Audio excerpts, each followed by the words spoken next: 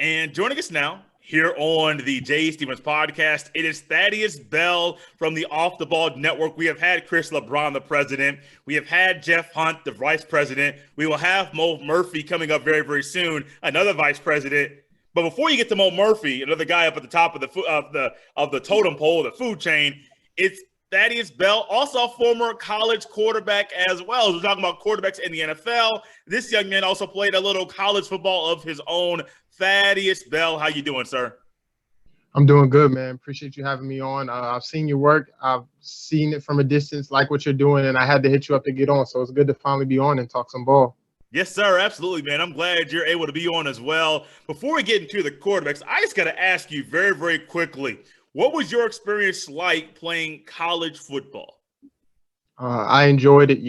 Not a lot of people get that opportunity, whether it's D3, D2, NAIA, D1, AA. You just got to cherish the moment, and that's what I did. I enjoyed my time, met a lot of good coaches, made a lot of lifelong friends and a lot of lifelong relationships that will, be there long after football. So I enjoyed the process, everything that came with it, the fans, the females, everything.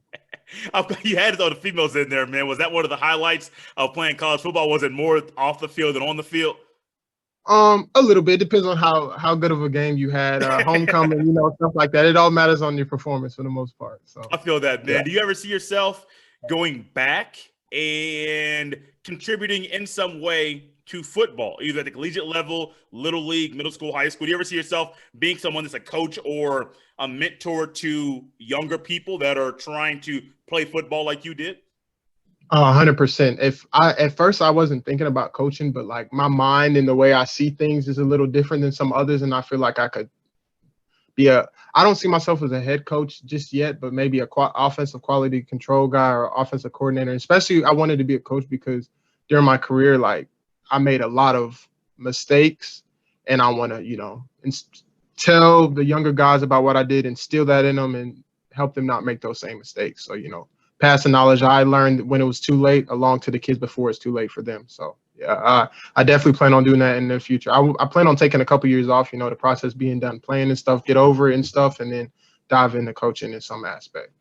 Just listening to you talk here, then also off air as well, it's very, very enjoyable to me, someone that loves the high school football, the college football. I told you off air, do host a show covering the Ohio State Buckeyes football and basketball, but football is something special, not just to me, but I know people listening to the show. It's special to a lot of people in America. Football is king, no matter what the NBA tries to do or whatever any other sport tries to overtake football. There's a reason why the Super Bowl Sunday is an unofficial holiday in not just the country, but around the world. I talked to people in other countries, and they even stop their whole day, whatever they're doing, to watch the Super Bowl. And I think that it's very nice and enjoyable to hear someone like yourself, a young man, say, yes, at some point I would like to help people younger than me and already have a great mindset to do that. Because I think a lot of people out there, they want to do that, but they don't really have a good why as far as why they want to do it. But you at a young age already have a why as far as why you would want to help people younger than you. Yeah, man, it's all about just helping them not make those mistakes, because some of these mistakes can be life-changing. They could, some guys could have gone to the NFL, but they made that one bad decision, whether it's in the classroom, off the field, their work ethic, whatever it is. But I made a lot of mistakes in all three of those different aspects, whether it's been not taking school completely serious, not working as hard as I should have, and making some not crazy bad decisions, but some small decisions. So, just want to instill that in them at a young age and let them know right from wrong, so they don't end up like some other people. So, just trying to do what I can to help the youth get better. That's amazing. One thing that I've always loved about life, my dad has always helped people the younger generation. He knows how important it is to help people there. And hearing someone like yourself and my own background, people need somebody like yourself. People that play football, that are athletics, they need somebody like you that has been there, that has openly said that they have made some mistakes and is willing to help others not make the same mistakes that you have made. And I truly think, man, this is the first time you and I have talked, but I like what I've heard so far. And I think at some point, whenever the time is right, because I think the time might be right, not sure when, but the time might be right for you to take that step and help other people that are younger than you, because not only off the field, but on the field, I think you can benefit and help people on the field and off really just excel in that area because that's what you want to help them do, and that's ultimately their goal. Yeah, man, I agree 100%. Like I think, my purpose in life is it has something to do with football. Maybe it's not playing, but it's coaching, coaching, mentoring, something. So, I'm just going to take a chance, like you said, take that risk and see what God has in store for me. Maybe it's coaching, maybe it's being a mentor. You never know. But I will definitely be trying that very soon. You made a statement, or you used a phrase, and in your sentence, there was a phrase, had 3 words in it: take a chance. And right now, Aaron Rodgers is taking a chance. Aaron Rodgers, the quarterback, the guy that killed last year in the NFC Championship game. It's in June. We're in the month of June. College football recruiting is hot, but even hotter is what's going on right now in Green Bay, Wisconsin, because Aaron Rodgers has made it very, very, very, very clear he is not happy with how things have gone in Green Bay. How do you view the situation going on in Green Bay between the front office and their mindset and Aaron Rodgers and his? I just think it's a tricky situation. From Aaron's perspective, I think he feels disrespected. He doesn't get the same love that even the older quarterbacks and some of the younger, hotter quarterbacks in the league are getting. The Russell Wilsons, the Patrick Mahomes there. Russell Wilson had a problem. They immediately got him some help on the offensive line. Mahomes, same thing. And for people like Brady or Drew Brees, if they were to ever draft a quarterback in the first round, there would at least be some form of communication. And Aaron Rodgers feels like he's just not respected in the same way. And I think he's pretty much fed up. He came out and said it's not the GM, but I think we have a good idea of who it is. And the Packers, Brian Gutekunst and Mark Murphy, I think they haven't done a terrible job. Let's start there. They haven't surrounded him with talent the best, but I feel like they're just doing their job. At some point, every team needs to move on from their franchise quarterback, and they feel like they were just doing what was in the best interest of the Packers. Even though it might have been they could have communicated better, but I see where both sides are coming from. But that's why I say it's a tricky situation. It's very tricky because Aaron Rodgers, he's been in Green Bay for 16 years. And I saw this number recently, and I was watching ESPN, I believe, and they made a comment about how there's been no quarterback that's been in Green Bay for longer than 16 years. Bart Starr early on, was it Bart Starr? I think it was Bart Starr way back in the day, only 16 years. And then you had Brett Favre, only 16 years. Year 17, year 16, he started at the end of year 16. He started to act a fool, and he was, I'm going to retire. I'm not going to retire. At least Aaron Rodgers has not said he's going to retire and gone the off-the-wall way that Brett Favre did. Brett Favre literally retired and then came back and played for somebody else, played it for the Vikings, a rival, and then also played for the Jets, I believe, and neither one of those things were too hot. At least Aaron Rodgers hasn't gone that far and says, y'all, I'm done playing football. I'm going to hold out, take my money, and go somewhere else. And then come around August, I'm back, and he's going to go somewhere else to play the football. I think Aaron Rodgers and Green Bay, things can be fixed. I do think that the way that they did the Jordan Love draft pick, it was a little different, a little interesting, and almost saying that we're going to continue to not really have the proper chain of communication that front office to star quarterback, star player on the team should have. I think right now I'm glad it's June. If we get to August and Aaron Rodgers is still not there, that's where I get a little hesitant and wonder, how do the Packers go about this season? Because at any point in time, Aaron Rodgers can come back in and play, and there's new players. There's a new center. There are new players on the offense, and that's chemistry that wasn't really cultivated and really put together the right way like it normally is in the offseason. So I don't know, man. I think Aaron Rodgers trying to have a little humor, trying to have a little fun. But if he does decide to come in a little bit later, August, middle of preseason, that could be very, very interesting, because that's a good way not just to get your way and say, I run this, but also to ruffle the feathers of your teammates and nest of the chemistry that you guys could have. Yeah, I agree 100%. Aaron Rodgers is one of those different guys where he can get accustomed really quick. He doesn't need that much time to get, good chemistry with those guys, but that matters. They could potentially start off 1-3 before they get that together, and then they're behind the 8 ball with the Vikings, who are going to be back on their stuff this year. So it's just a tricky situation. But like you said, I think they'll figure it out in the end. James Jones, one of his good buddies, the guy that broke the news when he got his big contract, said that it can be fixed. So I'm pretty sure he's been talking to Aaron. He just wants some things done. He's a little bit of a diva. I will admit that, even though he's one of my favorite quarterbacks.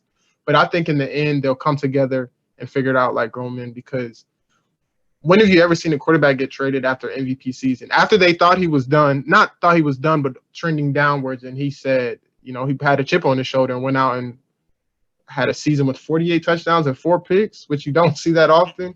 So I think they'd rather fix it than lose out on their best quarterback in franchise history, in my opinion. I think so too. I think there might be a decision, a move or two that will be in Aaron Rodgers' favor that they're working on right now, because they know their season is completely different if Aaron Rodgers is not on the team. Jordan Love, I don't know what kind of quarterback he is or he will be. I don't know how things have looked in practice. So I think it's a little bit of a mystery to people like us that are going to talk about this on a consistent basis. But at the same time, they could be behind closed doors doing a Bill Belichick style of Greg Popovich in the NBA, to where you don't know what's going on the inside. We have something brewing right now, and that thing could be very, very enjoyable and could benefit Aaron Rodgers. And when we get something that's set in stone, we'll release it. I sure hope, I don't know about you, but I hope Green Bay fixes this thing very, very quickly, because I don't like talking about and hearing people talk about Aaron Rodgers' situation and the absence, because I like talking about good things, not the absences and the negatives that are surrounding an organization. Yeah, I think they have something in the works. It's a lot, because there was a stat coming out since 2006. They haven't drafted a skill position player outside of quarterback in the first round, which is absurd. Like, I know they hit on some guys in the second round, like Jordy Nelson, Devontae Adams, Randall Cobb, but you got to help your guy out, even though, he might be able to they think that Aaron Rodgers might be able to overcome it all, which he has for the most part. He makes those guys, Alan Lazard, I forgot the guy he used to have back in the day, Jeff Janis, look like not Pro Bowl players, but quality receivers, a number 2 or number 3 receiver. And they're not, when they leave him, they don't produce at all. So, I think it's just a lot. They should have done a lot of things better, but you can't go back in the past. I think you just need to fix the situation that's going on right now, because without Aaron Rodgers, this team is not even playoff bound, I don't think. Yeah, that's a good point. Speaking of playoff bound, and we go from a team taking a chance right now with the way that they're handling the quarterback situation to another team that took a chance moving up in the draft, getting Justin Fields at the number 11th overall pick in this most recent NFL draft. And you also have Andy Dalton, you have Nick Foles, and you got a rookie in Justin Fields. And that is, I don't know if you've heard this or you saw this, but Justin Fields is reporting to training camp 2 weeks early. In the offseason, we heard Justin Fields' work ethic is in question. He's the last guy in, first guy out, that kind of motto. I don't know where that came from. Ryan Day, his college coach, kind of debunked that and said that's not true. His own teammates said that's idiotic. And we're seeing right now Justin Fields put in the work as a rookie quarterback that is trying to win a starting job week 1. And I've also seen where his own teammates, they've seen the ball come off of Justin Fields' hands. Like, man, I like what I'm seeing. And it might hurt their hands initially, but they'll get used to it, because you got to build those calluses for those hard throws to keep on going, man. Justin Fields in Chicago, I'm excited. Are you excited about the potential of what Fields will do with the Bears? Definitely. I'm definitely excited. The Bears have never had a great quarterback, never had a quarterback throw for over 4,000 yards. Jay Cutler, despite what people say, I think he was okay. He was just not completely locked in how an NFL quarterback should be. He could have been much better. But, I know the Bears are excited. They have a lot of hype going into the season. Well, with Justin Fields, not the team overall, but they were a playoff team last year without any good quarterback play. So with good quarterback play, you never know where their ceiling is. So it's just a lot of things. I think Justin Fields too. Coming in 2 weeks early is a great thing, because all the talks, and he's motivated going into the season. In high school, college, Trevor Lawrence and him were 1A and 1B, and all of a sudden he's the 4th quarterback taken in the draft. So chip on his shoulder, ready to prove all the doubters wrong. The one that say he locks in on reads, all those doubters. The one that says he's the last guy in and the first guy out. He doesn't take care of his body, even though he went vegan, if I'm correct. I think I'm correct. He went vegan. So that's a step which a lot of people aren't willing to take, that aren't even athletes. So, he's just I think the Bears are in good hands. You know, Matt Nagy, he gets a lot of slack, but I think he's a solid play caller. He got the best he could have out of Mitch Trubisky, and I think he'll do wonders with Justin Fields. Man, this whole Justin Fields thing in Chicago, I'm excited because not only is it the excitement of him staying in the Midwest. I live in the Midwest, so anytime there's a Midwest team doing things, I got the Colts hat on right now. But I did my uncle roots for the Bears. I mean, Vikings. I hope they do well. I mean, to me, it's more the Chicago, the Ohio. If you're South Kentucky, oh well. The Rams, not so much to me. But it's always Indiana, Ohio, Illinois. That kind of connection there. I try to watch those teams and hope, unless you're the Browns. Sorry, Cleveland, y'all. Yeah, that's y'all. Y'all have always been like the laughing stock to me, except for this past couple of years. They've turned things around. But Justin Fields, I think the addition of Andy Dalton, the ability that of them to have Nick Foles, who still is weird to me. Your Super Bowl MVP. I know how he played and know how it was. If Carson Wentz went down, but he is still a journeyman in the NFL. He's been on a few teams. He's not really a starter in the NFL. He just took over and had a phenomenal run that, I think, 2017 season when they won the Super Bowl, the Eagles did. And I think having those two guys, the Dalton and the Foles, as mentors to Fields, I think that's a really big thing for Fields as a rookie quarterback, because that transition from getting drafted to OTAs to rookie minicamp to training camp to preseason, one less preseason game. Those two older guys, I don't think that either one of them will start all 17 games this year, but I do believe their experience and expertise at the position of quarterback will really help Fields in the learning curve of him quickly learning the pro game. I agree 100%. Andy Dalton and Nick Foles are two guys that don't have the biggest ego. You know, they're professionals. They're not – Andy Dalton knows what he's getting himself into. He knew – they said he had the starting job, but he was going to have to compete regardless. Nick Foles knows his role there. So, you know, I think those are two guys to learn from. You know, two guys that have had highs and lows. Andy Dalton was taking the Bengals to the playoffs every year for about his first 4 or 5 years, and now he's on the back end of his career. Nick Foles went from Super Bowl MVP to third-string scout team quarterback. And those guys they're going to be willing to help him. There's some guys, like, really not even quarterbacks, that will not, if you're trying to take their spot, they will tell you the wrong play, tell you the wrong route, really try to sabotage you. And these are not those two type of guys. So I think Justin Fields will learn a lot. He'll get a lot of mental reps, which is key. You know, watching from the sidelines actually does wonders.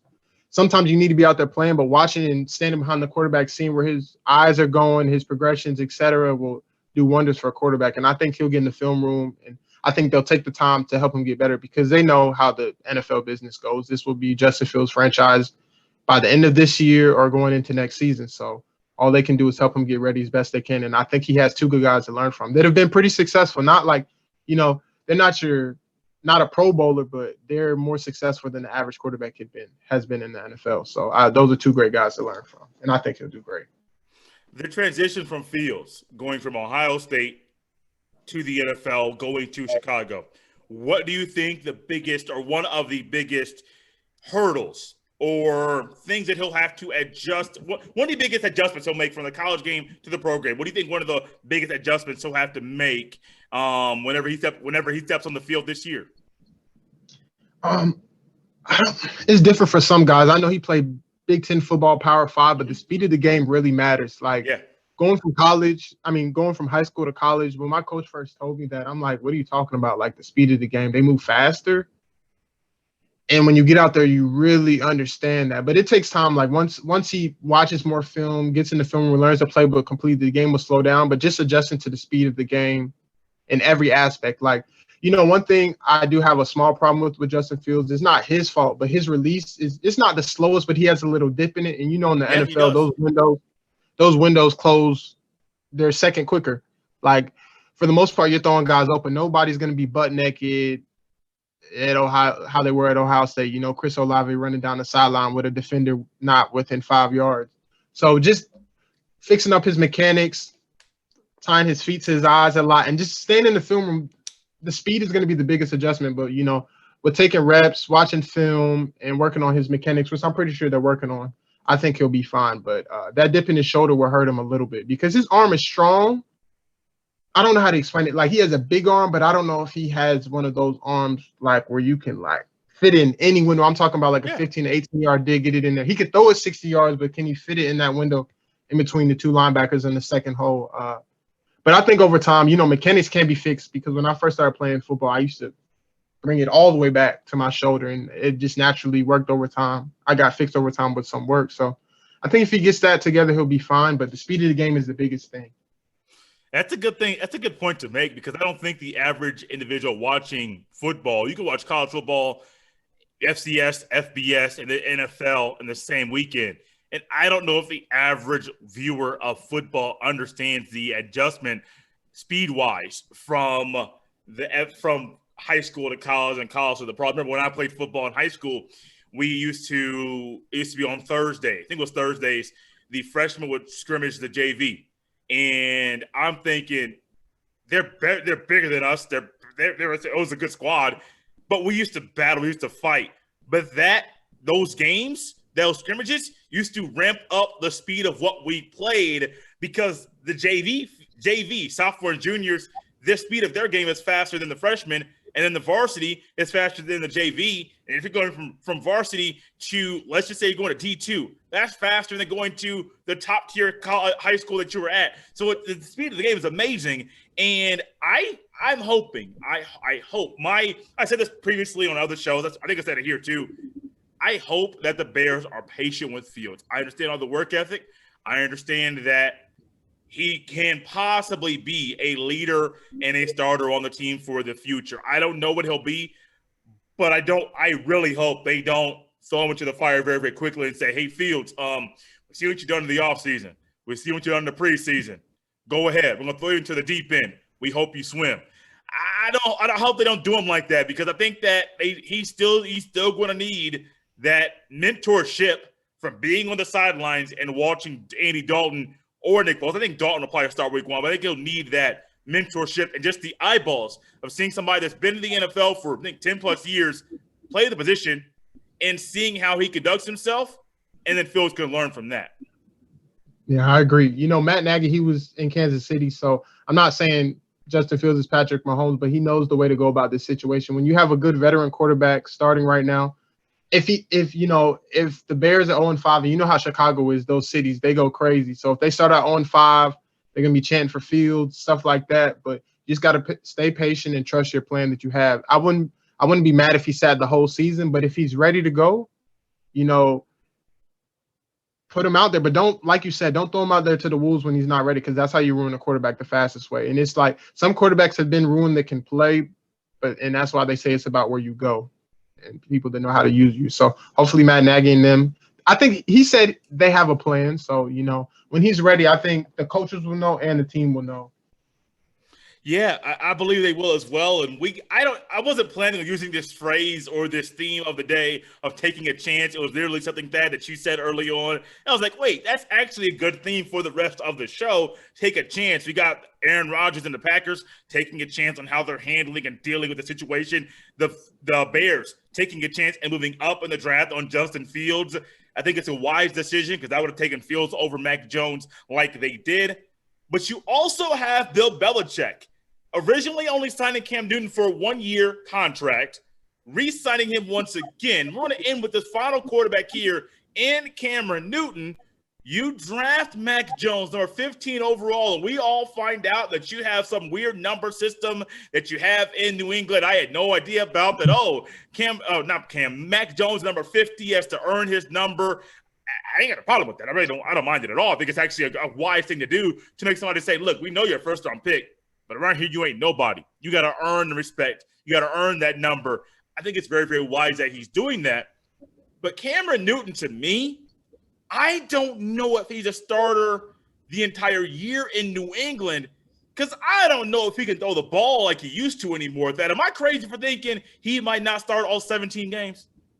No, you're not crazy. And the last point you made about him not throwing and how he used to be, like, I never, ever, and I don't, people used to think I was hating when I would say this, but I played quarterback, so I kind of know he never was the best thrower of the football. Like, this his mechanics were, this is very true. Yeah, his mechanics were never on par. It looked like when he was throwing, he was putting his all into every throw. He threw off his back foot a lot, his front leg lock, a lot of bag mechanics, which can cause your arm to deteriorate. You saw he had multiple shoulder surgeries, and especially from the way he played. But It just all depends because Mac Jones is very accurate.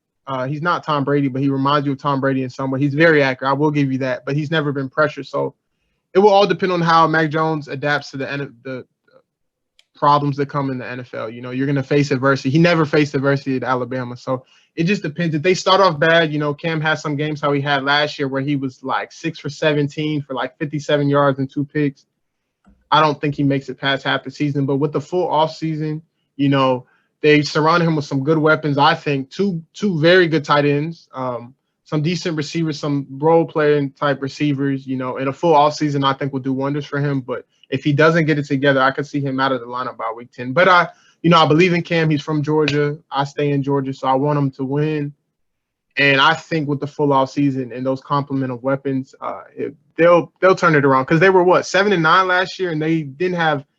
That was a bad season, but they could have won a lot of games, and they had nothing on offense. Like their leading receiver was Jacoby Myers, who was a quarterback in college. So, you know, I believe in Cam, but I would not be surprised with some bad play early on to see Bill Belichick, you know, pull the trigger. Because Mac Jones, I think he likes what he sees in Mac Jones and likes the quarterback. And, you know, why not go with the guy you drafted in the first round if Cam's struggling? Because he knows he's not the long-term future, you know.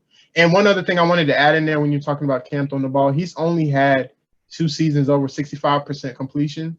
One was last year when he rarely threw the ball, and then in 2018 when he had North Turner before the year he got hurt, when he was playing hurt, when he started off very good. So he's just never been the most accurate and best thrower of the football, and that I think that will hurt him because, you know, in New England you get terrible conditions at any point in the year. So it's just going to be tough overall, but I think he'll bounce back. He's motivated. He's heard all the bad talk about him that he's done. He's washed up. Cam should, you know, be a backup. But, you know, his mindset, you know, you can tell Cam's an alpha male. He doesn't want to – I cannot see him being a backup holding that clipboard. It just doesn't seem right. So he's going to fight it out. But, you know, like I said, I'd say I could see him going the whole season, but I would not be surprised if he gets benched during their bye week or some midway point during the season. You know what's interesting is to bring up that stat about him only having 2 seasons of throwing over 65% completion percentage in the NFL. Last year and then the 2018 season. I believe he won the NFL MVP 2015. And even that season, he was at over 65% completion percentage in that year. And some say 2015 Cam was the best Cam, but he still was not an amazing or even close to being somewhat accurate thrower of the football. And everyone wants to say, I told my buddy last year, he's a Patriots fan. He actually been on the podcast a few times. And I said, hey, Garrett, I'm going to warn you. Cam can't throw. And he didn't want to believe me. I said, look at him. He's coming off a crazy injury. The season that he got hurt was 2019, and you saw he only played 2 games, got hurt in the second game. He wasn't playing that good of football. He wasn't. He can't throw the ball at all. He's like, no, Cam will be fine. We got Josh McDaniels. We'll be fine. I'm like, bro, calm down. I'm trying to warn you. He didn't believe me. I believe it was probably after game 4, game 5. No joke, early in the season. He was like, Jay, you're right. I should have listened to you. I should have told you. I should have. You warned me. I should have listened. You're right. You told me that Cam can't throw the ball. And I hate saying it because I want Cam to be good. I want Cam to be a quarterback that you can look at and say he had a crazy injury. His body broke down, but he found a way to be a better thrower of the football after all the injuries. I don't think that's going to be the case. I think his injury history is really going to hurt him.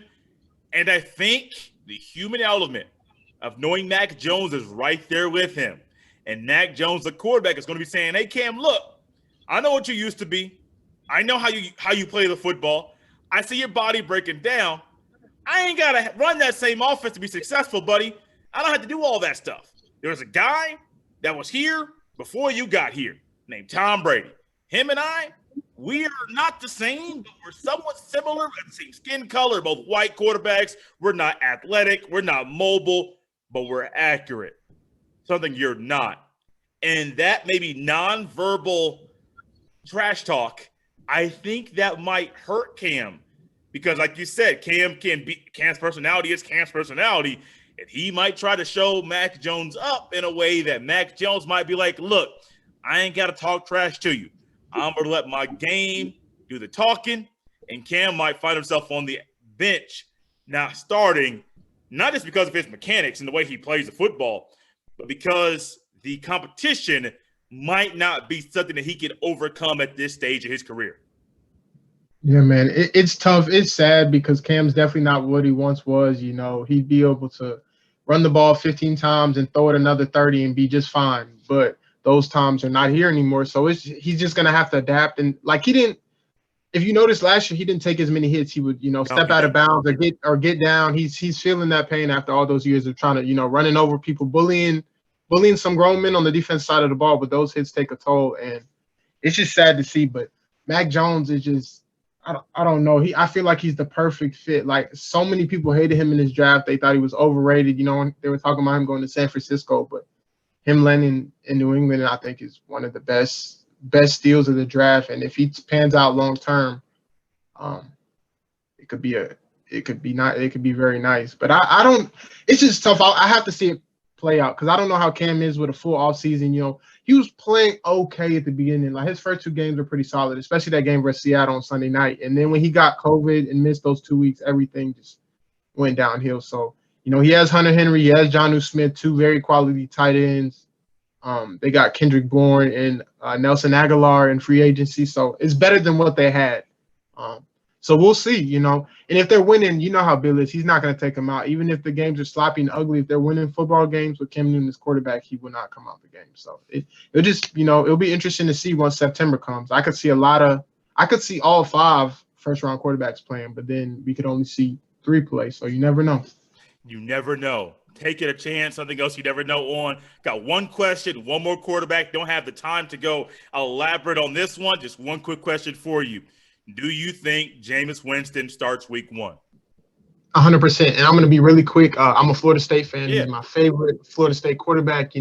If he can get the mental right, and I think him sitting in Sean Payton's system, getting mental reps, like I said, for him to learn that you can live to see another play, he feels like he has to have a touchdown on every play. It's okay checking the ball down. On 3rd and 10, it's okay checking it down to Alvin Kamara and letting him do work and potentially getting the first down. Let your playmakers make plays, and you don't have to do everything by yourself. So, if he can just hone in on the mistakes, he's a smart guy. He got his eyes fixed. I don't know if that'll change much, but I think he has potential for a good bounce-back season. I think so, too. He did get his eyes fixed. I heard an interview when he was, I think, on the Rich Eisen show, some radio show, maybe Dan Patrick. And he was talking about he had LASIK, and he was at a wedding, or maybe he was getting married, and his wife was making a comment about him, a little joke about his eyes. And he was like, no, he was making a comment to his wife. He was like, you see that? She's like, see what? He's like, I could see that nap for the first time in my life. We are in business, baby. Make a joke about it because she couldn't see it. He could, and they were just joking around. I think Jameis starts. I think we see the best Jameis this year. Sean Payton full off season. And I think not just the eyes, but the experience last year of just being there and not playing. I think that's a lot that's going to go a long way for him to be very successful or more successful in New Orleans than he was in Tampa Bay. Thaddeus Bell, this has been a lot of fun. Now we'll have to have you on back again during the football season, maybe some more quarterback talk, week 3, week 4, week 5, to see how quarterbacks are doing early in the season. Thaddeus Bell, thank you so much for coming on the Jay Stevens podcast. I appreciate it, man. Like you said, I look forward to being back on during the season and talking some ball. It was great being on. I love your show, and I appreciate it once again.